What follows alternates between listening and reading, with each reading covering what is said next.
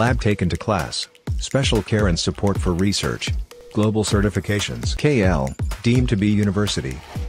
Jaganmohan Reddy why not 175 అంటున్నారు. జగన్మోహన్ రెడ్డి ఏం చేయలేదు, బూచి. జగన్మోహన్ రెడ్డి గారు ఏమీ చేయలేదు అని నేను అనలేదు. వారు చేసింది కొంత, చెప్పుకుంటుంది కొండంత. ఇప్పుడు గూడూరు ఎమ్మెల్యే వరప్రసాద్కి మీకు ఎక్కడ గ్యాప్ ఎందుకు వచ్చింది? ఆయన ప్రజా వ్యతిరేక విధానాలను అనుసరించారు. చాలామంది కాంట్రాక్టర్లు అప్పులు ఎక్కువైపోయి సూసైడ్ చేసుకున్న సందర్భాలు కూడా ఉన్నాయంట. కరెక్టేనా? ప్రభుత్వాలను నమ్మి కంటిన్యూషన్గా మనకు బిల్స్ వస్తాయని నమ్మిన వాళ్ళు ఆత్మహత్య కూడా చేసుకున్న మాట, వారికి నచ్చిన వారికి మాత్రమే బిల్లులు వెళ్తున్నాయి.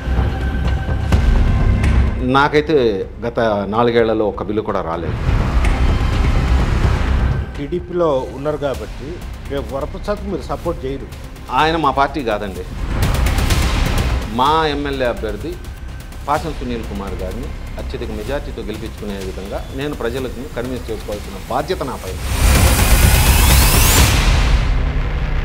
Welcome to RTV. నేను మీ గయాజ్ని.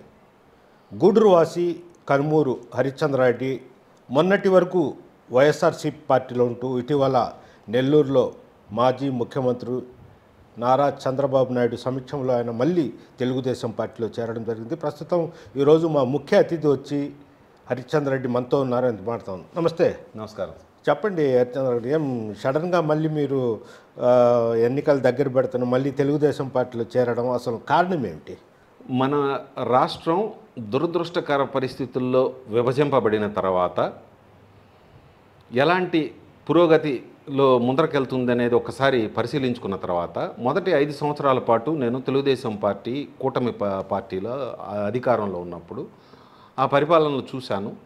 మన రాష్ట్రం విభజించబడినప్పుడు సుమారు 94,000 కోట్ల రూపాయల అప్పుతో ప్రారంభమైన మన రాష్ట్ర ఆర్థిక పరిస్థితి ఆ 5 ఏళ్ల పాటు కాలానికి దాదాపుగా 2,60,000 కోట్ల వరకు అప్పులు చేయాల్సిన పరిస్థితి ఏర్పడింది. అలాగే కొంత సంక్షేమం, కొన్ని అభివృద్ధి కార్యక్రమాలు మాత్రమే చేయగలిగారు అని ఒక భావన ఉండింది.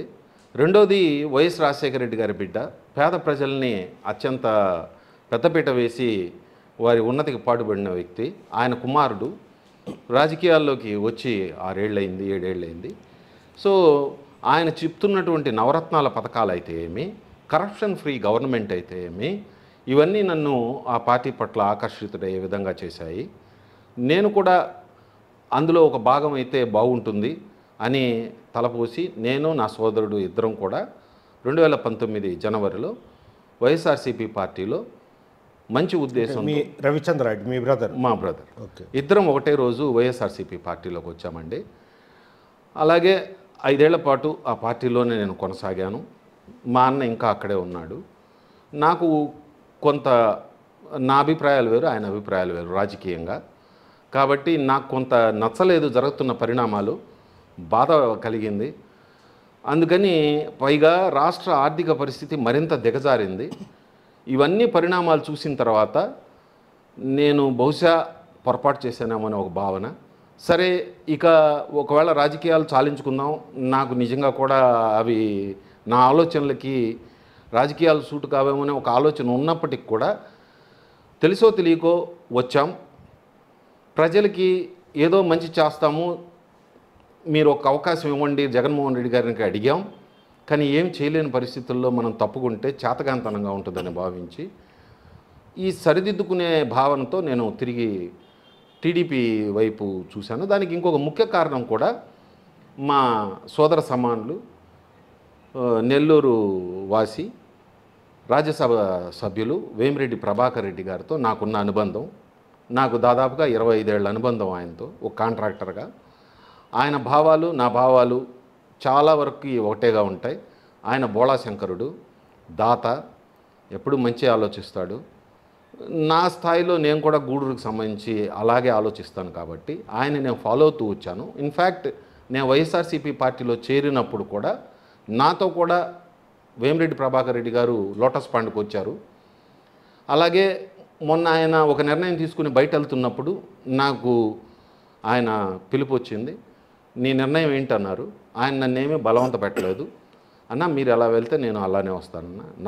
నాకు సంబంధించినంత వరకు రాజకీయాల కన్నా కూడా మీరు ముఖ్యం కాబట్టి నేను మిమ్మల్ని అనుసరించి వస్తానని చెప్పి ఆ నిర్ణయం తీసుకుని వారితో కలిసి అదే ఒకటి హరిచంద్ర రెడ్డి గారు, ఇప్పుడు మీరు 2019లో ఇక్కడ వరప్రసాద్ ఎమ్మెల్యేగా పోటీ చేసిన ఆయన సపోర్ట్ చేశారు. అటు తెలుగుదేశం పార్టీ సునీల్ని వ్యతిరేకించారు. ఈరోజు రాజకీయమే మారిపోయింది. మీ టీడీపీ చేసిన తర్వాత సునీల్ వైపు వచ్చారు. తర్వాత బీజేపీ తిరుపతి ఎంపీగా వరప్రసాద్ టికెట్ ఇచ్చారు. ఇప్పుడు ఆ రకంగా ఇద్దరు కలిసి పనిచేస్తారా లేకుంటే అట్లా? ఒకప్పుడు విమర్శించారు, శత్రువుగా చూశారు. ఇప్పుడేంటి మీ పరిస్థితి? ఇది కొంత ఇబ్బందికరమైన పరిస్థితే, కానీ దాన్ని నేను కొంచెం ఎక్స్ప్లెయిన్ చేయగలను సార్. ఎందుకంటే నేను 2019లో రాజకీయాల్లోకి వచ్చిన మాట వాస్తవం. కానీ 2014లో నేను వైఎస్ఆర్సీపీ పార్టీ పట్ల సింపథైజర్గా ఉన్నాను. ఒక బిజినెస్ మ్యాన్గా నేను ఎక్కడ వ్యాపారం చేసుకున్నా కూడా నాకున్న ఆర్థిక వనరుల్లో నాకు చిన్నప్పటి నుంచి తెలిసిన వ్యక్తి అంటే ఆయన కాలేజీ రోజుల నుంచి సునీల్ కుమార్ నాకు స్నేహితులు. ఆయన నాకన్నా 2 ఏళ్ళు జూనియరు. కాలేజ్ ఎలక్షన్ నుంచి నేను చూస్తున్నాను అతన్ని. 2014లో ఆయన మొట్టమొదటిసారి వైఎస్ఆర్సీపీ పార్టీ తరఫున గూడూరు ఎమ్మెల్యేగా కంటెస్ట్ చేసినప్పుడు నేను ఆయన్ని సపోర్ట్ చేశాను. కానీ ప్రత్యక్షంగా కాదు, పరోక్షంగా సపోర్ట్ చేశాను. ఆయన విజయానికి కారణమైన వాళ్ళల్లో నేను కూడా ఒకడిని. అలాగా అనుకున్న తర్వాత ఆయన కొన్ని కారణాల వల్ల ఆయన పార్టీ మారారు. అప్పుడు మేము కూడా చెప్పి చూసాము. సరే, ఆయన కారణాలు ఆయనకున్నాయి, నేను దాన్ని ఏం తప్పుపట్టను. ఆ తర్వాత ఆయన పార్టీ మారిన తర్వాత 2019కి వచ్చేసరికి కొంచెం సరిగా అనిపించలేదు. అవకాశం ఇచ్చిన పార్టీని కాదని అలాగే వెళ్ళడం ఎంతవరకు సమంజసం అనే ఒక ఆలోచన ఉంది. రెండవది, వైఎస్ జగన్మోహన్ రెడ్డి గారు చెప్పినటువంటి పథకాల పట్ల అయితే ఏమి, కరప్షన్ ఫ్రీ గవర్నమెంట్ పట్ల అయితే ఏమి నేను ఆకర్షితున్నయ్యాను. అందుకని ఆ పార్టీలో చేరి నేను సునీల్ కుమార్ తెలుగుదేశం పార్టీలో ఆ రోజు ఉన్నారు కాబట్టి నేను ఆ నా విధానాలని పార్టీ విధానాలను అనుసరించి రాజకీయంగా వ్యతిరేకించాను. అలాగే ఆ రోజు ఉత్తముడు, నమ్మకస్తుడు అని చెప్పి గూడూరు నియోజకవర్గానికి సాక్షాత్తు జగన్మోహన్ రెడ్డి గారు ఇక్కడికి వచ్చి పరిచయం చేసినప్పుడు వరప్రసాద్ గారిని నిజమే అనుకున్నాం, నమ్మాం. అలాగే ఆయన కోసమైతే ఏమి ఆ రోజు స్వర్గీయ బలిదుర్గా ప్రసాదరావు గారు తిరుపతి ఎంపీగా కంటెస్ట్ చేసినప్పుడు వారినైతే ఏమి సంపూర్ణంగా మద్దతు తెలిపి మా శాయశక్తులా కృషి చేసి మా పరిధిలో మేమేం చేయాలో అది చేసి పార్టీ గెలుపుకి పాటుపడ్డాం. చరిత్రలో ఎప్పుడు లేనంత మెజారిటీ వచ్చేదానికి కారణమైనటువంటి అనేక మంది కార్యకర్తలు, నాయకుల్లో మేము కూడా ఒక భాగం. అయితే మనం ఒకటి తలపోస్తే భగవంతుడు ఒకటి నిర్ణయిస్తాడనే సామెత ఉంది. కాబట్టి నాకు తెలియదు రేపేం జరుగుతుందో ఎవరు ఊహించలేరు. నేను ఇందాక చెప్పిన కారణాల వల్ల నేను టీడీపీ పార్టీ ఫస్ట్ నుంచి చెప్తున్నాను ప్రత్యక్ష రాజకీయాల్లో వస్తాను, పోటీ చేస్తానని కూడా. ఆయన ఎప్పుడు ప్రత్యక్ష రాజకీయాల్లోనే ఉన్నారు. 2 సార్లు కూడా 2024లో ఖచ్చితంగా పోటీ చేస్తూ ఉన్నారు. ఎవరికి అర్థం కాలేదు. అదే మేము ఊహించలేదండి. ఎందుకంటే మీరు ఆ రోజు లాస్ట్ ఇంటర్వ్యూలో మీరు అడిగినప్పుడు వైఎస్ఆర్సీపీ పార్టీ తరఫున ఆయనకు ఒక్క అవకాశం ఉండకపోవచ్చు నాకుండే సమాచారం ప్రకారం అని చెప్పానా తప్ప ఆయనకి రాజకీయంగా ఇక అవకాశం ఉండదు అని నేను ఎక్కడా మాట్లాడలేదు.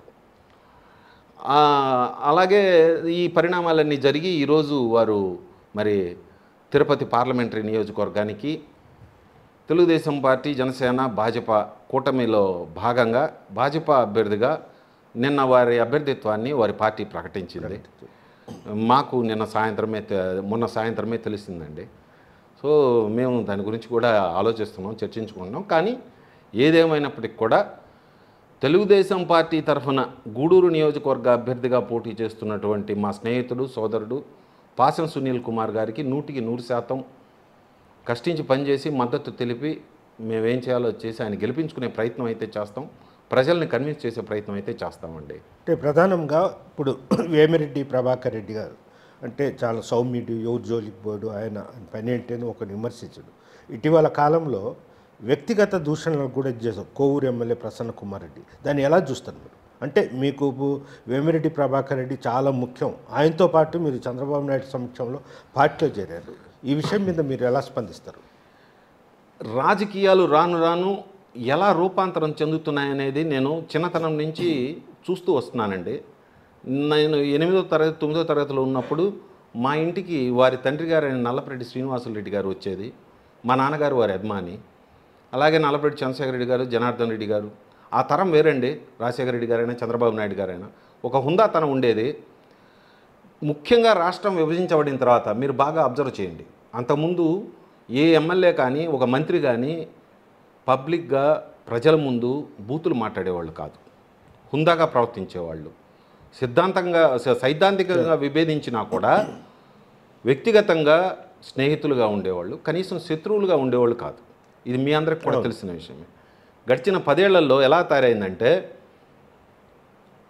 ఇది ఏ పార్టీ మొదలుపెట్టింది అనే దానికన్నా ఆ ఎదురు పార్టీ వ్యక్తిని తిడితేనే మీరు మా పార్టీలో బాగా ఉండగలరు అనే ఒక ఫీలింగ్ అనేది రైజ్ అయిందండి. అది హేయకరమైందండి, ఆరోగ్యకరమైనది కాదు రాజకీయాలకి. నేను తీవ్రంగా ఖండిస్తున్నాను. ఒక గౌరవప్రదమైన కుటుంబంలో నుంచి వచ్చినటువంటి నల్లపరెడ్డి ప్రసన్నకుమార్ రెడ్డి గారు, ఒక గొప్ప నాయకుడి వారసుడుగా ఉన్నటువంటి ఆయన నోటికొచ్చినట్టు మాట్లాడడం సమంజసం కాదు. నేను తీవ్రంగా ఖండిస్తున్నాను. వారికి నేను విజ్ఞప్తి చేస్తున్నాను, నిన్నటిదాకా మీ పార్టీలో ఉండి మీకు కావాల్సిన సహాయ సహకారాలు అందించిన మా అన్న వేమిరెడ్డి ప్రభాకర్ రెడ్డి గారిని, వారి శ్రీమతి గారిని మీరు నోటికి వచ్చినట్టు మాట్లాడితే మేము కూడా మాట్లాడాల్సి వస్తాయి. కానీ మీ స్థాయికి మేము ఎప్పుడూ దిగజారలేము. కానీ మేము ఎలాగ సూటిగా సమాధానం చెప్పాలో అలా ఖచ్చితంగా చెప్తాము. ఈ విషయం దయచేసి గుర్తుపెట్టుకోవాలి. అలాగే బూతులు మాట్లాడే మంత్రులు, ఎమ్మెల్యేలని రాజకీయ పార్టీలు కూడా ప్రోత్సహించకూడదండి. ఇన్ఫ్యాక్ట్ దానికి ఒక చట్టం తెస్తే బాగుంటుంది. ఇదే శాసనసభలో రాబోయే ప్రభుత్వం ఒకవేళ ప్రజలు ఆశీర్వదించి తెలుగుదేశం పార్టీ కానీ వస్తే, నేను వేమిరెడ్డి ప్రభాకర్ అన్న ద్వారా చంద్రబాబు నాయుడు గారికి రిక్వెస్ట్ చేసి ఇలాగా అసభ్యకరంగా అన్పార్లమెంటరీ వర్డ్స్ యూజ్ చేసేటటువంటి ప్రజాప్రతినిధుల్ని శిక్షించేటటువంటి ఒక చట్టం తీసుకురావాలని ప్రపోజ్ చేయాలని నా ఆలోచన అండి. హరిచంద్ర రెడ్డి గారు, ఒకటి, ఇప్పుడు వైఎస్ఆర్సీపీలో పనిచేశారు. ఈరోజు మీ సోదరులు రవిచంద్రారెడ్డికి చాలా ప్రాధాన్యత ఇచ్చారు. జగన్మోహన్ రెడ్డి ఒక పక్క పేదలకు ఎన్నో పథకాలు, సంక్షేమ పథకాలు ప్రవేశపెట్టాం, ఖచ్చితంగా 2024లో వైనాట్ 175 అంటున్నారు.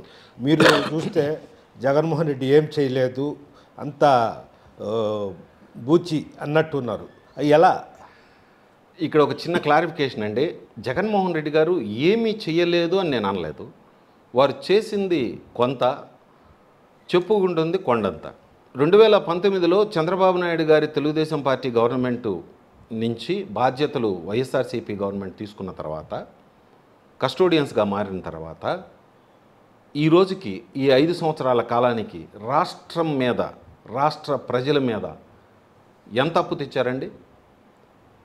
అది ఎఫ్ఆర్బిఎం నిబంధనలకు లోబడి కావచ్చు, ఎస్పీవీలు అంటే స్పెషల్ పర్పస్ వెహికల్స్ అయినా కావచ్చు, లేకపోతే కార్పొరేషన్ల రూపంలో కావచ్చు. ఎంత అప్పులు తెచ్చారండి? అభిజ్ఞ వర్గాల బోగట్టా ప్రకారం దగ్గర 9 లక్షల కోట్లు తెచ్చినట్టు అభిజ్ఞ వర్గాల బోగట్టా అండి, సబ్జెక్ట్ టు కరెక్షన్. కానీ ఈ 9 లక్షల కోట్లు ఒకవేళ నిజంగా వారు తెచ్చినట్లయితే, వారు చెప్తున్న లెక్కలను అనుసరించి కేవలం 2,70,000 కోట్ల రూపాయలు మేము ప్రజలకు నేరుగా అకౌంట్లో వేసామని చెప్తున్నారు. మిగతా డబ్బులు ఏ విధంగా ఖర్చు పెట్టారు, రాష్ట్రంలో ఏమాత్రం అభివృద్ధి చేయగలిగారు, ఏ రంగంలో అభివృద్ధి చెందింది, అగ్రికల్చర్ సెక్టార్కి ఎంత పెట్టుబడులు పెట్టారు, ఇండస్ట్రియల్ సెక్టార్కి ఎంత పెట్టుబడులు పెట్టారు, ఇరిగేషన్ సెక్టార్కి ఎంత పెట్టుబడులు పెట్టారు, ఏ విధంగా మీరు ఈ నిధులను ఖర్చు చేశారు, పంచాయతీరాజ్ ఆర్ఎండ్బి డిపార్ట్మెంట్లకి నిధులు లేమితో రోడ్లు ఏ విధంగా ఈరోజు ఆంధ్రప్రదేశ్లో ఉన్నాయనేది జగమెరిగిన సత్యం. మీరు ఈ నిధులను ఏ విధంగా ఖర్చు పెట్టారు తెలియజేయాల్సిన బాధ్యత మీ పైన ఉంది. అదేవిధంగా రేపు ఒకవేళ ప్రజలు ఆశీర్వదించి తెలుగుదేశం పార్టీ అధికారంలోకి వచ్చినట్లయితే, మేమందరం కూడా మా అధినాయకుడైనటువంటి చంద్రబాబు నాయుడు గారిని కోరుకోబోయేది ఒకటే, మనము అధికారంలో ప్రజలుగాన అవకాశం కల్పిస్తే మొట్టమొదట వైట్ పేపర్ ప్రకటించాలి. ఆర్థిక పరిస్థితి, రాష్ట్ర ఆర్థిక పరిస్థితి మీద ప్రతి ఒక్క రంగంలో విడివిడిగా శ్వేతపత్రం ప్రకటించి రాష్ట్ర ఆర్థిక పరిస్థితిని ప్రజలకి తెలియచేయాల్సిన బాధ్యత మన పైన ఉంది. గత ప్రభుత్వం చేసినటువంటి ఈ నిధుల వినియోగాన్ని ఏ విధంగా ఏ రంగాలకి ఖర్చు పెట్టారని తేల్చి ఆ నిధుల లెక్క బయట తీసి, అంటే 2019లో మీలాంటి వాళ్ళే అంత వైసీపీ వైపు చేరి చంద్రబాబు నాయుడు ఏం చేయలేదు, మొత్తం అమరావతి అంటున్నాడు, ఏ జిల్లాలు అభివృద్ధి చేయాలని బావుటంగా విమర్శించారు. ఈరోజు సడన్గా చేంజ్ కావడానికి కారణం ఏంటి? నేను ఎప్పుడు కూడా రాజధాని పట్ల నేను ఎక్కడా విమర్శించలేదండి. నా గత ఇంటర్వ్యూలో ఎక్కడా కూడా ఎవరికి ఇచ్చినా కూడా రాష్ట్రానికి రాజధాని ఉండాలా అనేది ప్రతి ఒక్కరి కోరిక, నాదే కాదు. ఆ రోజు ఆ ప్రభుత్వం అంటే కూటమి ప్రభుత్వం అండి. తెలుగుదేశం జనసేన ఆ రోజుకు పార్టీగా ఎస్టాబ్లిష్ కానప్పటికి కూడా ఆ జనసేనాని చంద్రబాబు గారితో ఉన్నారు. అలాగే బీజేపీ ప్రభుత్వంలో మంత్రి పదవులతో కూడా తీసుకొని కేంద్ర ప్రభుత్వంలో వీళ్ళకి మంత్రి పదవులు ఇచ్చి భాగస్థులుగా ఉన్నారు. వీళ్ళందరూ కలిసి చేసిన నిర్ణయం సాక్షాత్తు ఈనాటి ప్రధాని నరేంద్ర మోడీ గారు ఆ ప్రారంభోత్సవానికి రావడం, నీళ్లు మట్టి గంగాజలం తీసుకురావడం మనం అందరం చూసాం. అందరం కూడా సంతోషించాం. రాష్ట్రానికి రాజధాని ఏర్పడితే బాగానే ఉంటుంది, బ్రహ్మాండంగా ఉంటుంది. కాకపోతే ఒక చదువుకున్న వ్యక్తిగా నా వ్యక్తిగతంగా నేను అనుకున్నది ఏంటంటే, జంట నగరాలైనటువంటి విజయవాడ, గుంటూరులని రాజధానులుగా ప్రకటించి పరిపాలనా విభాగాన్ని మాత్రం ఈ అమరావతి దగ్గరగానే పెడితే మీకు ఇండస్ట్రీస్ అయినా లేకపోతే ఇంకా ఏ అభివృద్ధి కార్యక్రమాలైనా సరే గుంటూరు నుంచి ఇటువైపు ఒంగోలు వైపు, విజయవాడ నుంచి అటువైపు మన హైదరాబాద్ వైపు పెరుగుతూ పోతుంది. ఇప్పుడు ఒక బేసిక్ థింగ్ ఏంటంటే, అమరావతిలో మీరు ఏ ఇండస్ట్రీ పెడతారు? పొల్యూషన్ ఉంటుంది కదా. ఇప్పుడు ఒక స్టీల్ ఫ్యాక్టరీ పెట్టగలమా? లేదు. ఇంకేదైనా ఒక కర్మాగారం పెట్టగలమా? అది జనాలకు హాని చేస్తుంది. నివాసం ఉండే ప్రాంతాల్లో కర్మాగారాలు ఉండడానికి లేదు. కాబట్టి అది ఆ రెండింటినీ కూడా కలిపి చేస్తుంటే సమగ్రంగా అభివృద్ధి చెందుండేది.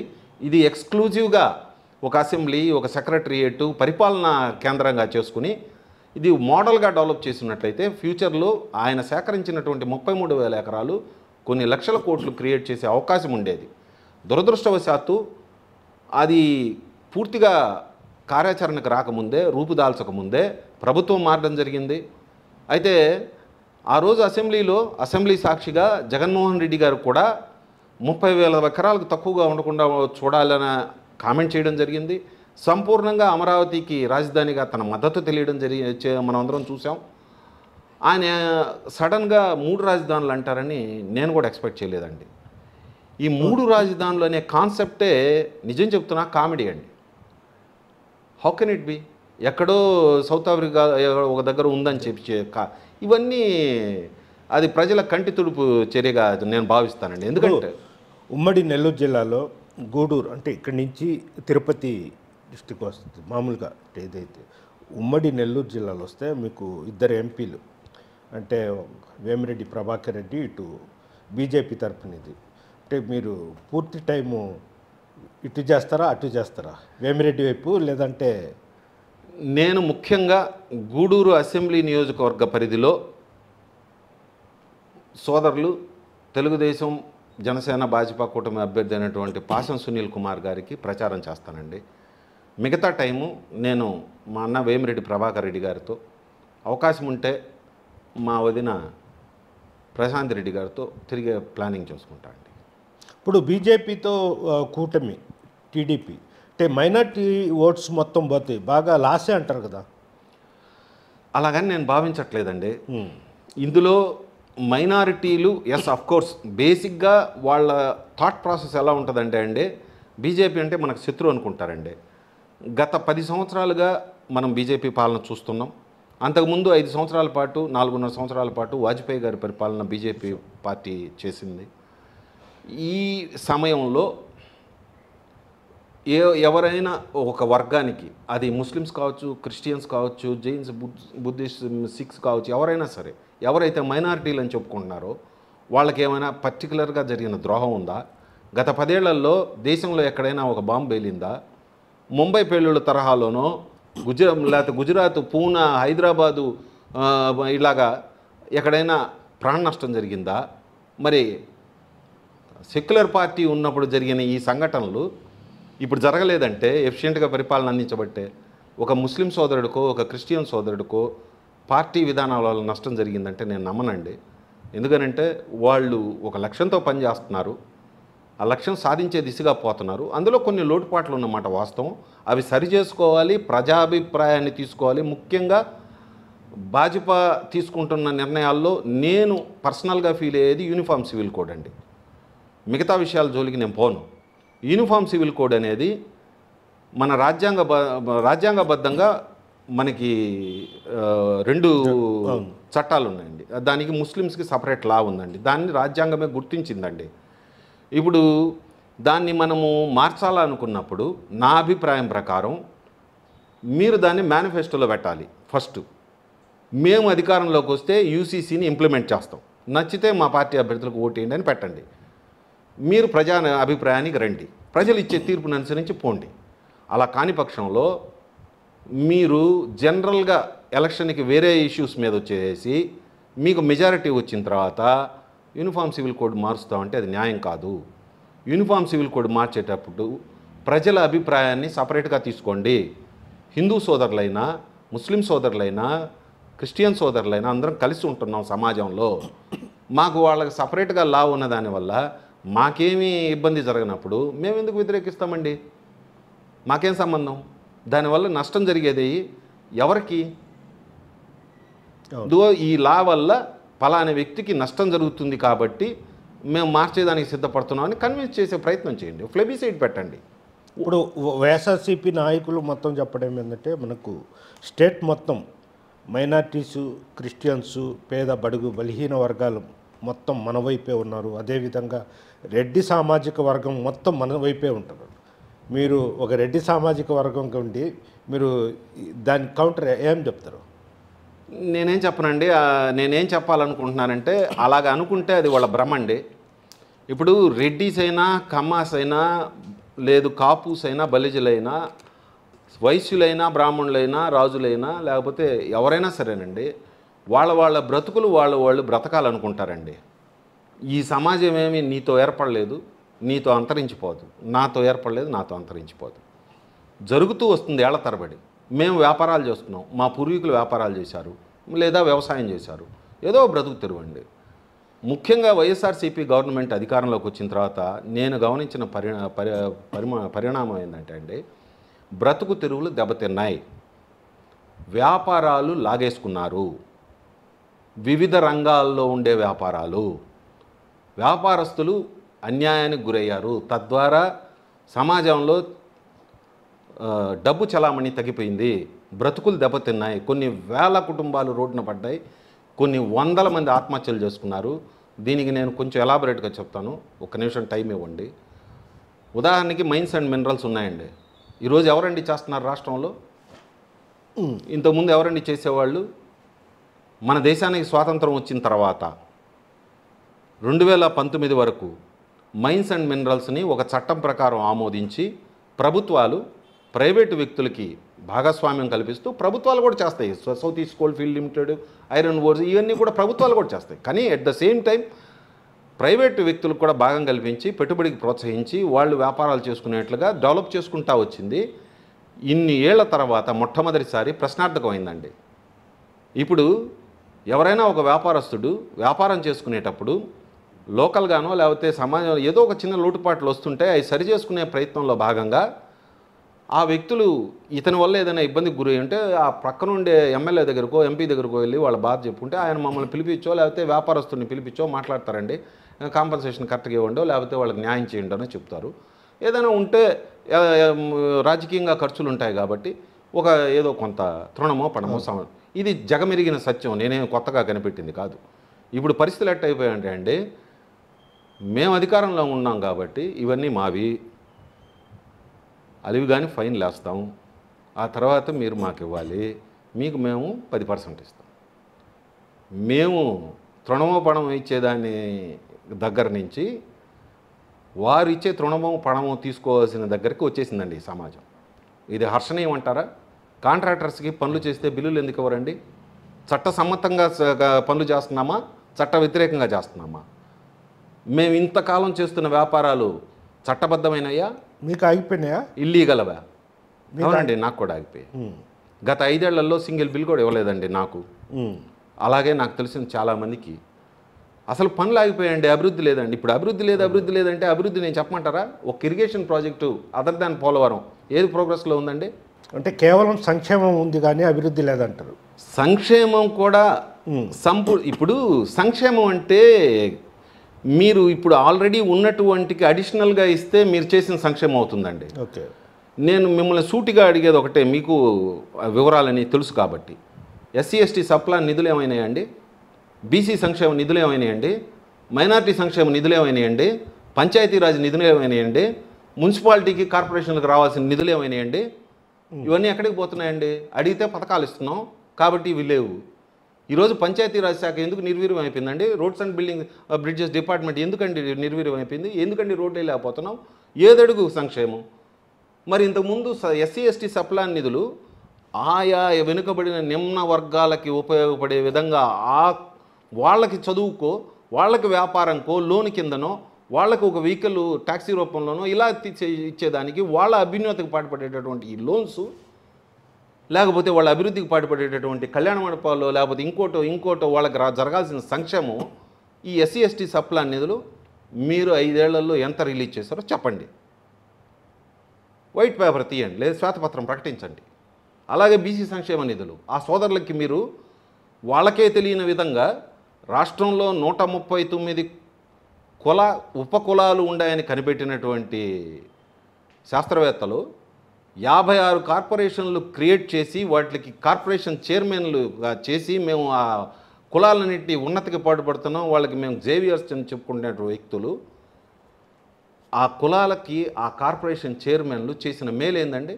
వాళ్ళ మాట కలెక్టర్ గారి దగ్గరో, ఎస్పీ గారి దగ్గరో, రెవెన్యూ డిపార్ట్మెంట్ దగ్గర ఏమైనా చెల్లిందా?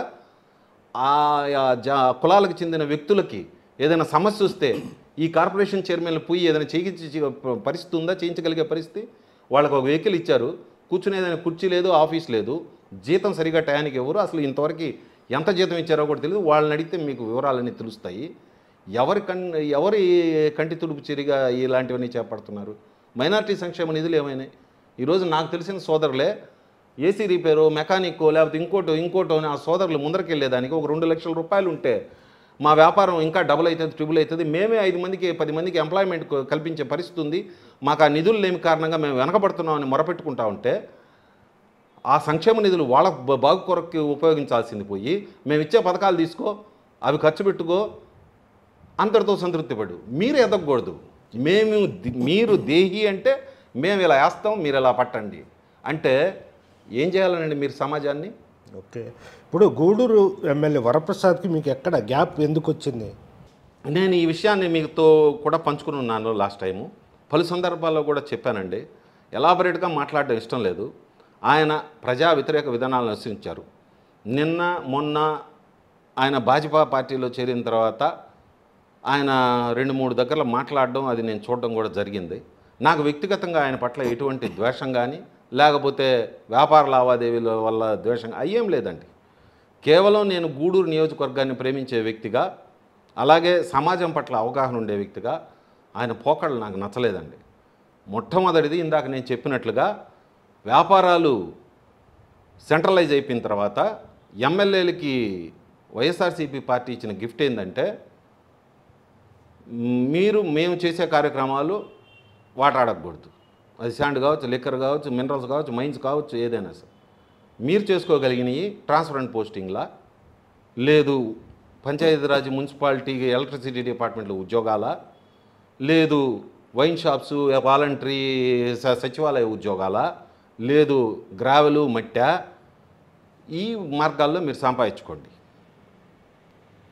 అనేటటువంటి సిస్టమ్కి వచ్చేసారండి అందరూ. ఈ క్రమంలో నియోజకవర్గంలో మైన్స్ అండ్ మినరల్సో, లేకపోతే గ్రావెలో, మట్టో న్యాయంగా చట్టపరంగా అక్కడి నుంచి తీసిన క్వాంటిటీకి సెస్ సీనరేజ్ రూపంలోనో, ట్యాక్సుల రూపంలోనో ప్రజలకు చేరాల్సిన ధనాన్ని వీళ్ళు అడ్డగోలుగా కొలగొట్టడం నాకు నచ్చలేదండి.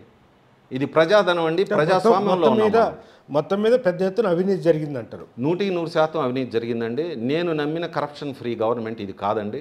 కాబట్టి నేను తప్పుకుందామని ఆలోచించి కూడా మీరు సరి చేసుకుందామని టీడీపీలోకి వచ్చిన దానికి కారణం కూడా అదండి. టీడీపీలో ఉన్నారు కాబట్టి రేపు వరప్రసాద్కి మీరు సపోర్ట్ చేయరు. నేను ఆ మాట స్పష్టంగా ఒక మాట చెప్తానండి.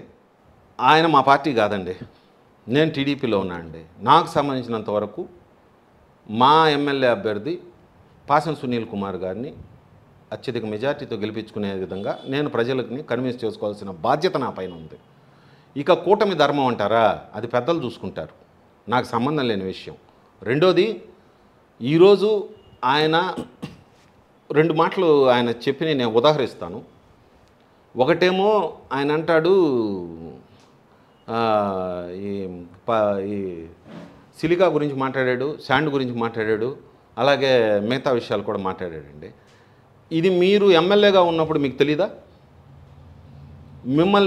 మీరు ఎంతసేపు 12 సంవత్సరాల పాటు నేను పార్టీకి విశ్వాసంగా ఉన్నా అన్నారు. మంచిదే, బాగానే ఉంది. మీరు పార్టీ టికెట్ ఇచ్చింది కాబట్టి వస్తారు. మరి ప్రజలు మిమ్మల్ని నమ్మి ఓటేసిన దానికి ప్రజాప్రతినిధిగా మీరు ప్రజల పట్ల విశ్వాసంతో ఉండాల్సిన అవసరం ఉందా లేదా? మీరు ప్రజలకు విశ్వాసులై ఉంటారా, లేదా మీ నాయకుడికి విశ్వాసం పాత్రులై ఉంటారా? మీరు ఎన్నుకున్న మార్గం తప్పు కాబట్టి మీకు ఈరోజు టికెట్ రాలేదు ఆ పార్టీలో. కాబట్టి మీ ఈరోజు బయట వచ్చి ఆ రోజు జరిగిన అన్యాయాన్ని ఈరోజు ప్రజలకు తెలియజేసే ప్రయత్నం చేస్తున్నారు. ప్రజలు తిరుపతి పార్లమెంటరీ నియోజకవర్గ ప్రజలు కానీ, గూడూరు నియోజకవర్గ ప్రజలు కానీ విఘ్నులండి. వాళ్ళకి ఎవరేందో తెలుసండి.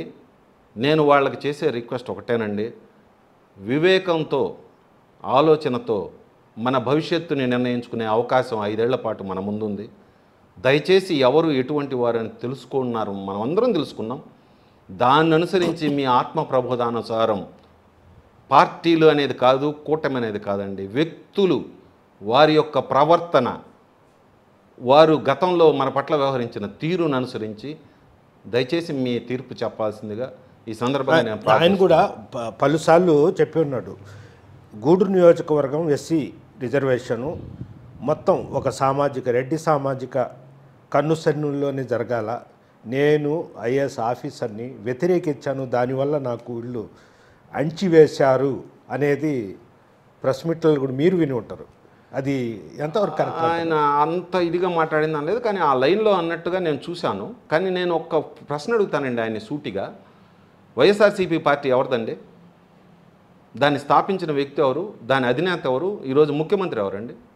రెడ్డి కాదా? మీకు అవకాశం ఇచ్చింది ఎవరండి ఎంపీగా? మీ గెలుపుకి సహకరించింది ఎవరండి? మీరు ఎమ్మెల్యేగా అవకాశం పొంది గెలిచేదానికి మీకు సహకరించి పనిచేసి పెట్టిన వాళ్ళల్లో మేము లేమా?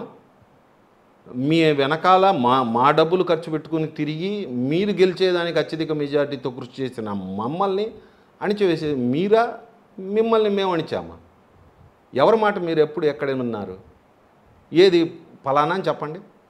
ఇదిగో హరిచంద్రారెడ్డి వచ్చి స్వార్థానికి నన్ను పని అడిగాడు, నేను చేయను అన్నాను కాబట్టి నన్ను వ్యతిరేకించాడని చెప్పమానండి. ఒక్కరోజు కూడా ఆయన గడప నేను నా స్వార్థం కోసం పోయి తొక్కలేదండి. మరి మీరు ఆయన ఏ రెడ్డి గురించి మాట్లాడుతున్నాడో నాకు తెలియదు. ఒక రెడ్డి నీకు భవిష్యత్తు కల్పించాడు, ఇంకొక రెడ్డి నిన్ను గెలిపించాడు. నువ్వు వాళ్ళని నిన్ను తొక్కారు, నేను తొక్కుతాను అంటే ఏమైనా అర్థం ఉందా? కులాలకు ఎందుకు తీసుకొస్తారు? మనం మనుషులు అండి. ముందు ఎవరు మిమ్మల్ని తక్కువ చేసి చూస్తున్నారు? మిమ్మల్ని సార్ అని తప్ప ఏ రోజైనా వేరే మాట ఏదైనా పిలుచుంటాం? మేము ఎంతో గౌరవం ఇచ్చాం, సార్ అనే పిలిచాం. మరి మీరు ఎక్కడ విధమైనటువంటి ఫీలింగ్ మీకు వచ్చింది? ఈరోజు కూడా అసమానతలు ఉన్నాయని మాట్లాడుతున్నారు. అసమానతలు అనేవి వేరే కులాల వల్ల మీకు రాలేదండి. అసమానతలు మీ కులాల్లో వచ్చాయంటే దానికి మీరే కారణం. చివరిగా అంటే మీరు ఇటీవల కాలంలో వేమిరెడ్డి ప్రభాకర్ రెడ్డి దంపతులు మొత్తం వాళ్లతో పాటు మీరు తెలుగుదేశం పార్టీలో చేరడం జరిగింది. వాళ్ళ గెలుపు కోసమే మీరు ఈ ఎన్నికల్లో పనిచేస్తారు. నేను ఇందాక తెలియజేసుకున్నట్లుగా మరొకసారి వినయపూర్వకంగా నా లక్ష్యం గూడూరు నియోజకవర్గ ఎమ్మెల్యేగా నిలబడిన మిత్రులు, సోదరులు పాసం సునీల్ కుమార్ని గెలిపించుకోవడం ఎమ్మెల్యేగా. రెండవది మా అన్న, మా వదినమ్మ, వారిద్దరి గెలుపుకి కృషి చేయడం. ఇంతేనండి. తద్వారా రేపు ఒకవేళ భగవద్ అనుగ్రహంతో తెలుగుదేశం పార్టీ అధికారంలోకి వచ్చినట్లయితే ఖచ్చితంగా ప్రజలకి, ముఖ్యంగా గూడూరు నియోజకవర్గ ప్రజలకి అన్ని రకాలుగా న్యాయం జరిగేట్లు, అభివృద్ధి జరిగేట్లు కృషి చేయాలనేది, ఆ విధంగా పార్టీ కూడా ప్రవర్తించాలనేది నా అభిప్రాయం, నా అభిలాష. హరిచంద్రారెడ్డి గారు, ఒకటి ఇప్పుడు ఈ 4.5 సంవత్సరంలో చాలామంది కాంట్రాక్టర్లు కోట్ల రూపాయలు, వేల కోట్లు తెచ్చి పెట్టుబడులు పెట్టి వర్క్లు, కాంట్రాక్ట్ పనులు చేస్తే చాలామందికి బిల్లులు రాలేదు, చాలామంది అప్పులు ఎక్కువైపోయి సూసైడ్ చేసుకున్న సందర్భాలు కూడా ఉన్నాయంటారు. అది కరెక్టేనా? ఇది ఒకంత వాస్తవం అండి. ఎందుకంటే నేను కూడా అదే రంగంలో ఉన్నాను. ఒక కాంట్రాక్టర్గా నేను 1992 నుంచి ఈ రంగంలో ఉండి పనిచేస్తూ వస్తున్నాను. ఎన్నో రాష్ట్రాల్లో పనిచేశాను, 6-7 రాష్ట్రాల్లో. అదేవిధంగా ఎన్నో ప్రభుత్వాల్లో కూడా నేను పనిచేశానండి. ప్రస్తుతం ఉన్న పరిస్థితి కాంట్రాక్టర్కి గతంలో నేను ఎప్పుడు చూడలేదండి. కొంతమంది స్పెసిఫిక్గా వారికి నచ్చిన వారికి మాత్రమే బిల్లులు వెళ్తున్నాయి. వారి పేర్లు నేను చెప్పదలుచుకోలేదు, నాకు తెలిసినా కూడా. కానీ నాకైతే గత 4 ఏళ్లలో ఒక బిల్లు కూడా రాలేదు. రావాల్సిన మాట వాస్తవం. అలాగే నాలాగా నా సోదరులు, సోదర కాంట్రాక్టర్లు చాలామందికి రావాలి. కొంచెం దిగు స్థాయిలో ఉండి నమ్మి పనిచేసి 10 లక్షల నుంచి 2 కోట్ల లోపల పనిచేసే కాంట్రాక్టర్లు ప్రభుత్వాలను నమ్మి కంటిన్యూషన్గా మనకు బిల్స్ వస్తాయని నమ్మిన వాళ్ళు చాలామందికి గడ్డు పరిస్థితులు ఎదురయ్యాయండి. వాళ్ళకి బిల్స్ పేమెంట్ రాక అందులో కొంతమంది ఆత్మహత్య కూడా చేసుకున్న మాట నా వరకు వచ్చిందండి. నేను కూడా విన్నాను, డిపార్ట్మెంట్ ద్వారా తెలుసుకున్నాను. అలాగే ముఖ్యంగా ఇరిగేషన్ డిపార్ట్మెంట్ నిర్వీర్యం అయిపోయిందండి. ఇరిగేషన్ డిపార్ట్మెంట్ అంటే ఏంటంటే అండి, డిఫరెంట్ వింగ్స్ ఉంటాయి.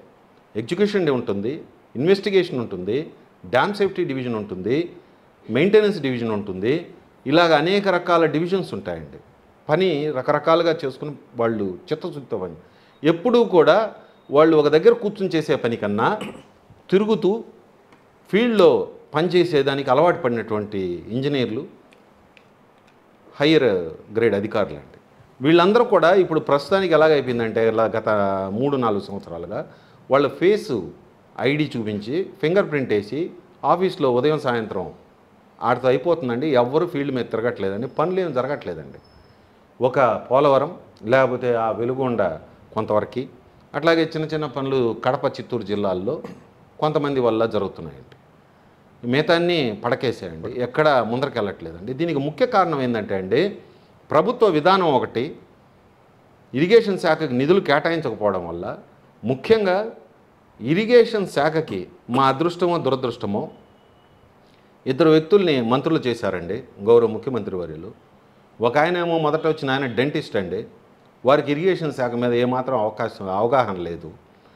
ఇరిగేషన్ పొటెన్షియాలిటీ అంటే ఏంటి, హైడ్రాలిక్ సైకిల్ అంటే ఏంటి లేదు, కమాండ్ ఏరియా ఏంది, మన రాష్ట్రంలో ఎన్ని ప్రాజెక్టులు ఉన్నాయి, వాటి ఆయకట్టు ఎంత, పెంచే అవకాశం ఉందా, అసలు ఇరిగేషన్ పొటెన్షియాలిటీ ఈ రాష్ట్రంలో ఎన్ని లక్షల ఎకరాలని మనం ఇరిగేషన్ ద్వారా లేకపోతే వర్షాధారిత చెరువుల ద్వారా సాగుబడిలోకి తేవచ్చు అనేది కూడా తెలియదండి.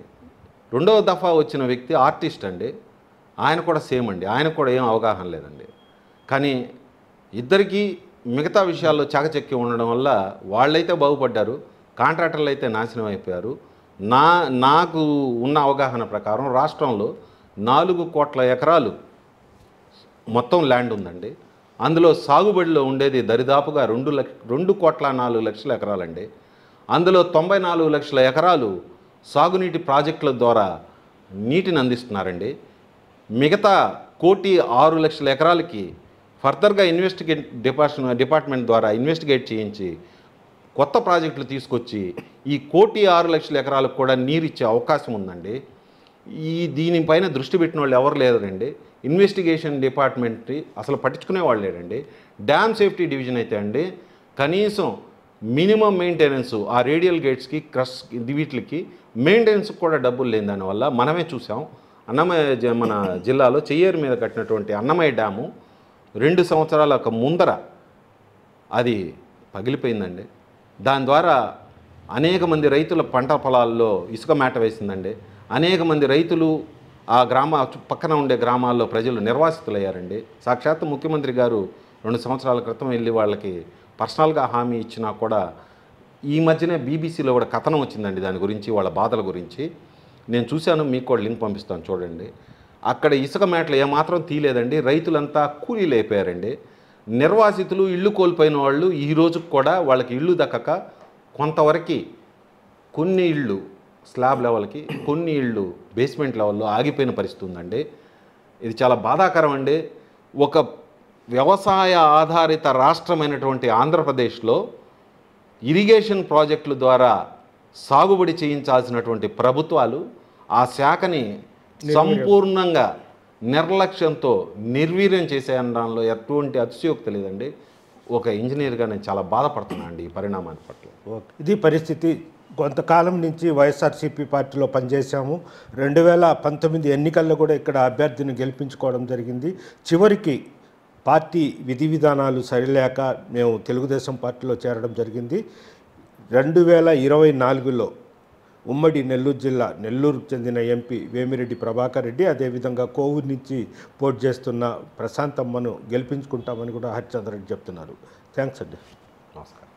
మరిన్ని వీడియోస్ కోసం ఛానల్ ని సబ్స్క్రైబ్ చేయండి. లేటెస్ట్ అప్డేట్స్ కోసం వాట్సాప్ ఛానల్ ని ఫాలో చేయండి. అండ్ లింక్ డిస్క్రిప్షన్ లో ఉంది.